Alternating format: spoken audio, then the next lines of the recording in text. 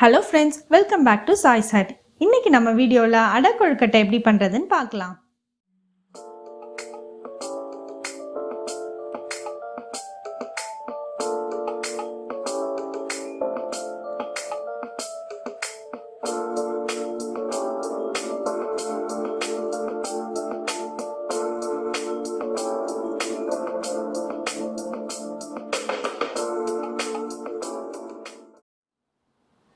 இந்த டம்ளரால 1 டம்ளர் அளவு இட்லி அரிசி எடுத்திருக்கேன்.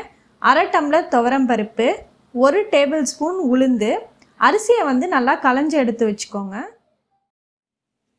இப்போ அரிசியை தேவையான அளவு தண்ணி ஊற்றி ஊற வச்சிடலாம். துவரம் பருப்பையும் உளுத்தம் பருப்பையும் ஒன்றா போட்டு அதையும் ஊற வச்சிடலாம். இப்போ அரிசியிலேயே மிளகாவையும் பெருங்காயத்தையும் போட்டு ஊற வச்சிடலாம். இது 2 மணி நேரம் ஊறட்டும். 2 மணி நேரம் நல்லா ஊறிடுச்சு. இப்போ அரிசியும் மிளகாவையும் ஃபஸ்ட்டு அரைச்சிடலாம். இந்த மாதிரி கொரப்பாக அரைச்சிக்கோங்க. இப்போ இதில் பருப்பையும் சேர்த்து அரைச்சிடலாம். இதுவும் கொரப்பாக தான் இருக்கணும், நைஸாக அரைச்சிடாதீங்க. இப்போ அரைச்ச மாவில் நான் கொஞ்சம் தண்ணி சேர்த்துருக்கேன். தேவையான அளவு உப்பு சேர்த்து கலக்கிடுங்க. இந்த மாதிரி கன்சிஸ்டன்சியில் இருக்கணும். இப்போது தாளிக்கிறதுக்கு ஒரு கடாயில் தேவையான எண்ணெய் வச்சுருக்கேன். அது நல்லா சூடாகட்டும். எண்ணெய் நல்லா சூடாகிடுச்சு. கடுகு போட்டுடலாம். உளுத்தம் பருப்பு, கருவேப்பிலை.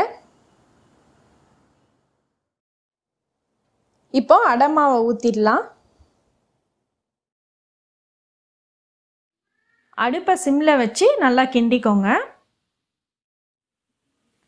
5 மினிட்ஸ் கழிச்சு இந்த மாதிரி நல்லா கெட்டி ஆகிடும். இந்த ஸ்டேஜில் நம்ம தேங்காய் ஆட் பண்ணிடலாம். இப்போ இதை நல்லா கிண்டிக்கோங்க. இப்போ இதை மூடி வச்சுருங்க. ஒரு 5 மினிட்ஸ் அப்படியே வேகட்டும். 5 மினிட்ஸ் ஆயிடுச்சு. நல்லா வெந்திருக்கு. இந்த மாதிரி கெட்டியாக இருக்குது பாருங்கள். இப்போ கையில் நல்லெண்ணெய் தடவிக்கோங்க. இதை பிடிச்சிடலாம். பிடிக்கும் போது ரொம்ப அழுத்தி பிடிக்கக்கூடாது, அடைஞ்சு போயிடும். இதை ஒரு இட்லி தட்டில் வச்சு வேக வச்சிடலாம். இப்போ இதை இட்லி பானையில் வச்சிடலாம். ஒரு 10 நிமிஷம் நல்லா வேகட்டும். வேக வைக்கும் போது ஒரு தட்டு தான் வைக்கணும். இப்போ சூப்பரான அடை கொழுக்கட்டை ரெடி ஆயிடுச்சு. உங்களுக்கு இந்த வீடியோ பிடிச்சிருந்ததுன்னா லைக் பண்ணுங்கள், ஷேர் பண்ணுங்கள். உங்களோட ஃபீட்பேக்ஸை கமெண்ட்ஸில் போடுங்க. நம்ம சேனலை மறக்காமல் சப்ஸ்கிரைப் பண்ணி பக்கத்தில் இருக்கிற பெல் ஐக்கானையும் ப்ரெஸ் பண்ணுங்கள்.